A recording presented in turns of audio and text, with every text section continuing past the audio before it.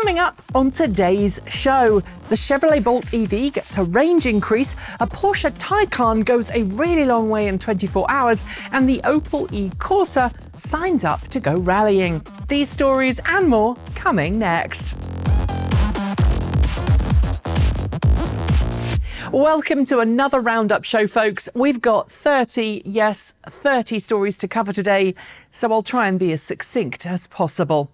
Thanks to the Electric Auto Association for sponsoring today's show. Find out how you can accelerate the electrification of transportation today at electricauto.org. And also thanks to the Chicago Chesed Fund and its 5th annual Tesla raffle for sponsoring today's show. Find out how you can support a great charity and win a Tesla of your own or $50,000 in cash at the end of this week's show. The Chevrolet Bolt EV has just got a range boost for the 2020 model year. Announced this week, the increase, up 21 miles to 259 miles on the EPA test cycle, places the electric hatchback ahead of the Kia e-Niro, Kona Electric and Tesla Model 3 Standard Range Plus in the range charts. The increase is thanks to some tweaks in the Bolt EV's LG Chem 60 kilowatt-hour battery pack. The price remains the same as the outgoing 2019 model year Bolt EV. Tesla has officially pushed new software updates to the so-called Rivian generation of Model S and Model X cars, improving their new adaptive suspension systems. Rivian generation Model S and Model X cars have only been in production for the last few months or so the update will only work on brand new cars. Tesla says the update will improve ride and handling, especially at speeds in excess of 100 miles per hour, which you should of course only be doing on a racetrack or the Autobahn. Ahead of its official Frankfurt Motor Show debut, Mercedes-Benz has revealed the production version of the EQV electric MPV. Offering a predicted range of 405 kilometres, the EQV features a 150 kilowatt electric motor, onboard AC charging of up to 11 kilowatts, 110 kilowatts CCS quick charging capabilities, and 90 kilowatt-hour battery pack. It will be capable of seating between 6 and 8 people, depending on configuration. BMW has been teasing more pre-launch videos of its iNext electric SUV, showcasing some of the testing procedures that the iNext is currently undergoing. BMW is keen to keep the hype up, but this video doesn't really tell us a huge amount of new detail about the car itself.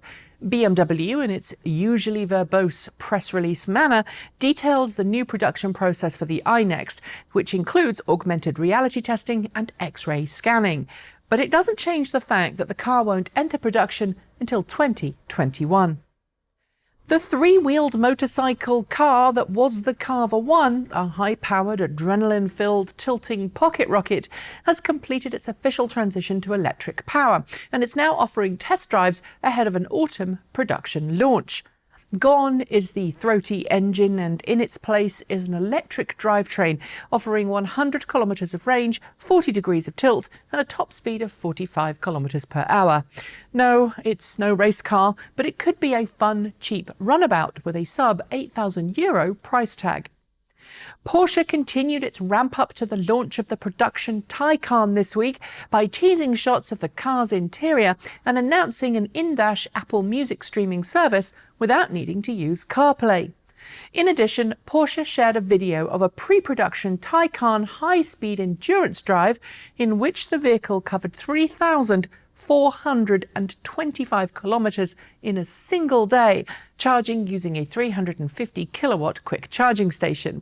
This continues Porsche's desire to highlight that the Taycan won't overheat when being driven or charged hard. Drako, the latest all-electric California automotive startup, has officially revealed its Drako GTE. With a design that reminds me a little of the Mazda RX-8, the Drako GTE packs a quad-motor design, putting out 1,200 horsepower, has a top speed of 206 miles per hour, and it has seating for 4. There's a 90 kilowatt-hour battery pack, 15 kilowatt AC onboard charger, and DC quick charging support for both CCS and CHAdeMO. Only 25 will be made at an eye-watering $1.25 million. Walmart officially sued Tesla on Tuesday this week, alleging widespread negligence led to repeated photovoltaic solar panel fires at its stores across the country. It's asked the court to force Tesla to remove solar panel installations at more than 240 Walmart stores, and says Tesla used untrained workers who showed, quote, utter incompetence or callousness or both while installing or working on the systems. Tesla has not yet publicly commented on this case. However, it is important to note the systems were installed by Solar City before Tesla's acquisition of the same.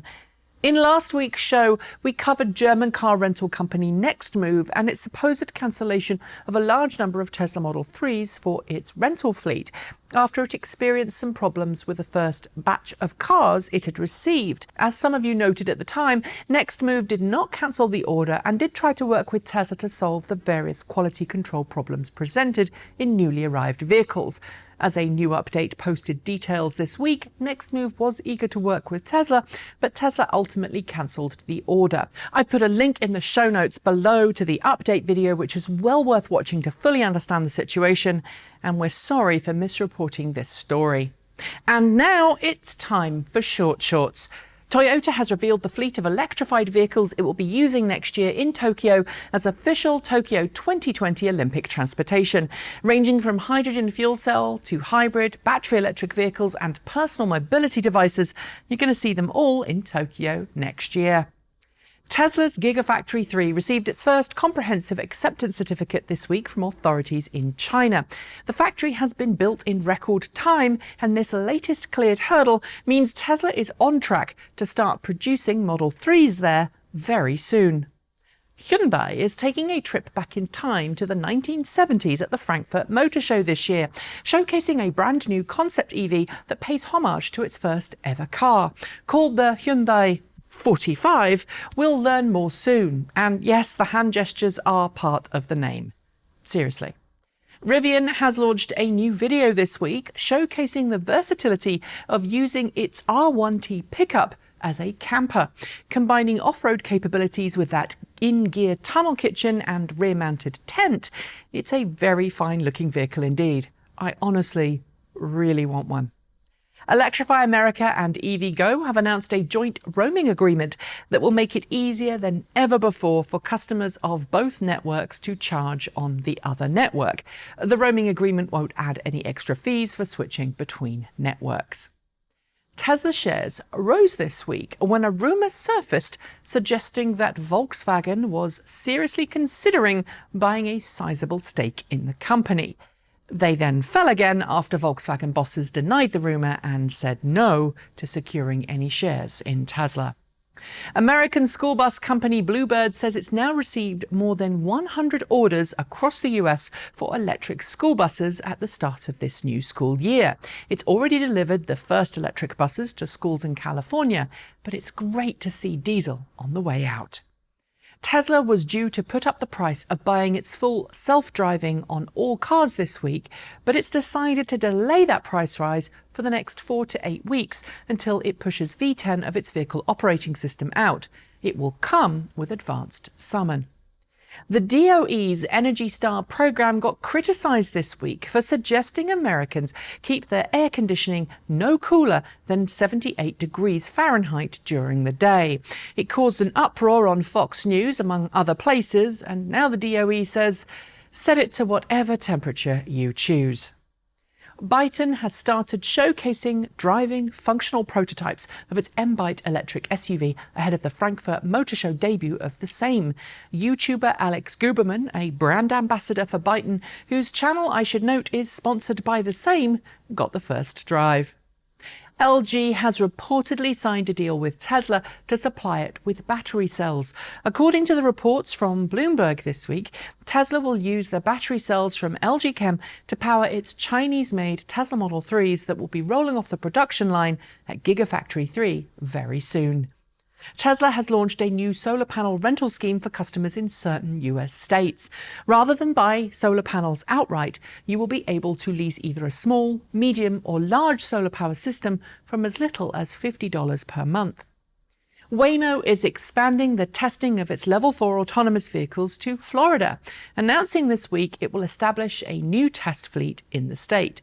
The idea is to give the fleet new challenges that they may not yet have had in other parts of the US. Tesla's head of autopilot software has reportedly left the company, the latest in a long line of executives to leave. Bowers left after an internal personal shake-up at the hands of Elon Musk that left him in charge of fewer people and under people he'd previously managed. CCS may be the charging standard favoured by the majority of the auto industry, but it turns out CHAdeMO still outnumbers CCS in most of the US. A new report this week by Green Car Reports shows locations supporting CHAdeMO outnumber CCS and Tesla. Thieves in London were captured on camera this week, stealing a Tesla Model S using a fairly well-known RFID hack that tricks your car into thinking the key fob is nearer than it actually is. It's possible to thwart these attempts by keeping your keys in a metal tin, or in the case of a Tesla, activating PIN mode. E-Ferry Ellen, the world's largest electric ferry, has successfully completed its first maiden voyage. Powered by 4.3 megawatt-hours of batteries, the ferry can carry 30 vehicles and 200 passengers and is now in operation in Denmark. Tesla and contemporary AmpereX technology, or CATL, are among two companies that are apparently showing an interest in the Indian government's plan to build large lithium-ion battery factories in the country. BYD is also on the list, says a local news source, but all rumours remain unconfirmed. The Düsseldorf District Court has found that the updates made to vehicles affected by the Dieselgate debacle in Germany are not adequate, siding with a plaintiff who said that the software update still allows illegal levels of emissions. This could blow Dieselgate open again. And those are your shorts. There will be more next week. As someone who grew up watching rally cars, I've remained a fan of the sport, but in recent years I've struggled to engage because of the high emissions of motorsport in general. But this week I got some good news from Opel, namely that it's going to be debuting a purpose-built rally-spec e-Corsa at the Frankfurt Motor Show next month that's going to form the basis of the ADAC Opel e-Rally Cup. It's great to see this electric hot hatch pick up the rally torch, and we'll see the race series get underway next year. And finally, as part of its remit to establish a charging network for electric cars in the US and to encourage more people to dump the pump, Electrify America has launched a new ad campaign this week telling people, well, I'm not really sure what it's telling people. You see, it tries to align electric car adoption with computer adoption and plays on the idea that computers, which are now common, were once a bit weird too. But honestly, the result, while a little funny, is way off-piste. And while I'm at it, if you'd like to see more EV ads, don't forget to check out our EV ad special with Matt Teskey from earlier this week. I'll link to it below. And on that note, it's the end of this week's show. Thanks for watching, and if you'd like to help us make more videos like this, please do. Don't forget to like, comment and subscribe. Send a couple of dollars our way every month through Patreon. Feed our coffee habit with Ko-fi, or visit our swag store. Thanks also to the Electric Auto Association for sponsoring today's News Roundup show. Advocating and educating the world about electric vehicles since 1967, the Electric Auto Association believes that the future depends on us going electric today. Find out how to become an EV educator for yourself, discover a local monthly meetup, or just talk to real-world EV owners about what it's like to drive every day on electrons by going to electricauto.org. We're members of the EAA and we're proud to support this fantastic non-profit. Thanks as well to the Chicago Chesed Fund and its 5th annual Tesla raffle. It's a non-profit organisation committed to helping families in crisis throughout the greater Chicago area. This great charity is yet again auctioning off the chance to win a brand new Tesla or $50,000 in cash, with the draw due to take place in a couple of weeks on September 2nd, 2019. Usually the tickets are $100 each, but we've teamed up with the CCF, as we have in previous years, to give you a chance to get 2 tickets for $175, which doubles your chances of winning a car while saving you $25. To get your own tickets, head to ccfraffle.com and put Transport Evolved into the coupon code section. You don't need to be a Chicago resident to enter either, but there are a limited number of tickets, so make sure you get yours after the show. I'll put a link in the description, so good luck. I'll be back soon with more content for you all to enjoy, but until then, I hope you behave yourselves and don't forget to be better, kinder and smarter with one another. Keep evolving.